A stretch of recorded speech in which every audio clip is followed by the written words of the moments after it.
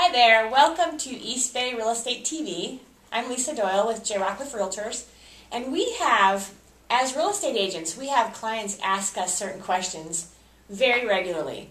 And for me, probably one of the most commonly asked questions are, how do we maximize the value of our home? And what improvements can we make to enhance the value without spending a lot of money? So what I've done is I've invited a couple of special guests to help answer some of those questions for you. First of all, we have Terry Tanucci.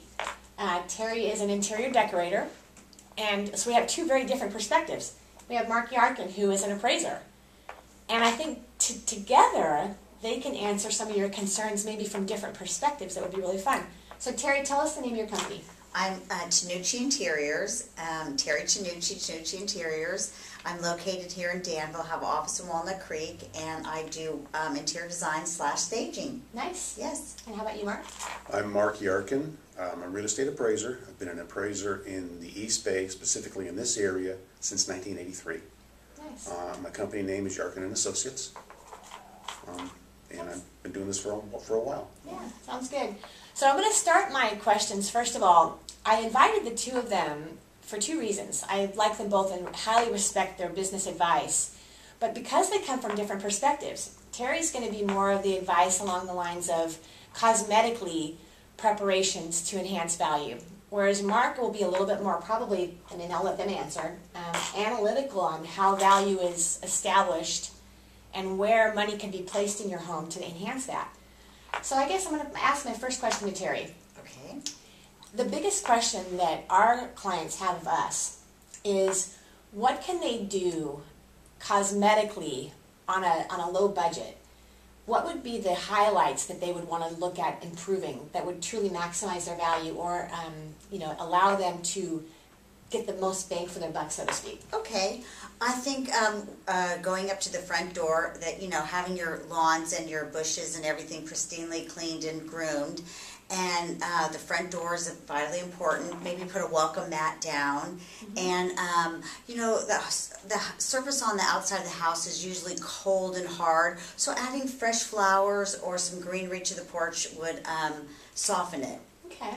And then when you go inside the home, because the home is usually, we hope that you have a nice paint job and new carpet, adding color and warmth. You want to walk into the house and have it look like it's been loved. It's been taken care of, so that people walk in and not worry about how's the plumbing, how's the electrical, how's the roof. It looks like this house has been taken care of. Now I can just visualize my merchandise, my stuff personally into this home. Well, and what I've always loved most about working with Terry is when she stages a home or helps a client prepare a home for sale, when you walk into the house, you can feel the warmth of it. And I think buyers today are so cautious and afraid that the emotion, when they feel that a house gives them what they're looking for, they're much less resistant. Exactly. So I think that what you have done so well is create that. So let me ask a question. We're going to come back and we're going to talk more about that. Okay. But as far as you, Mark, looking from an appraiser's standpoint, increasing value or making creating an environment where a home would sell for the greatest value. Other than what Terry recommends, what do you think? What else could they do? Would be good advice. I agree with Terry and with you that first appearances are very important. Yeah. When you drive up to a house, it's got to look clean. The yards are cheap to take care of, and it pays to do that. It also the house has to look clean, uncluttered.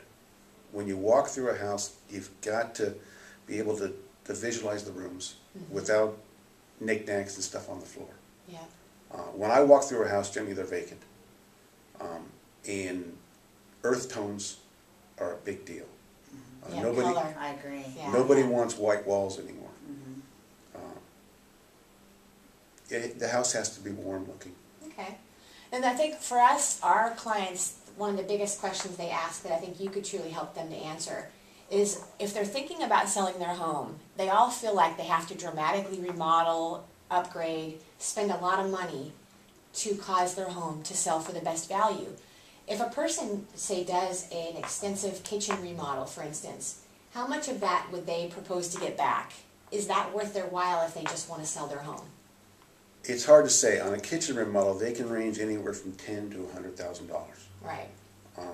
Generally, if you're spending $100,000 for a kitchen remodel, you're not going to get that back. Not even close. If Not even you're 50. spending 10, you may get all that back.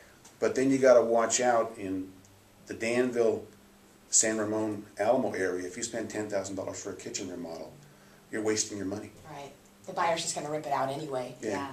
Although there are some less expensive things they could do to enhance a kitchen. I think what our clients sometimes want to know is, do I remodel the entire kitchen? Like you said, $100,000 or $50,000 is not an investment that I recommend they make, typically, unless they're going to live there for a while and enjoy it.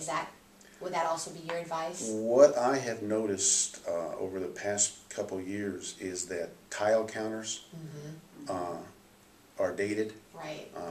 People want the solid surface counters, the granite, the Corian, that kind of stuff. And counters are not that expensive to put in. Now they're not. No. They used to, yeah. And how do you feel about appliances? Do you think that makes a difference, new appliances? You know, I don't think so. Okay. I mean, people want the stainless steel appliances. Okay. But in most areas, I don't think you get the bang for the buck on that. The return on that investment. Yeah.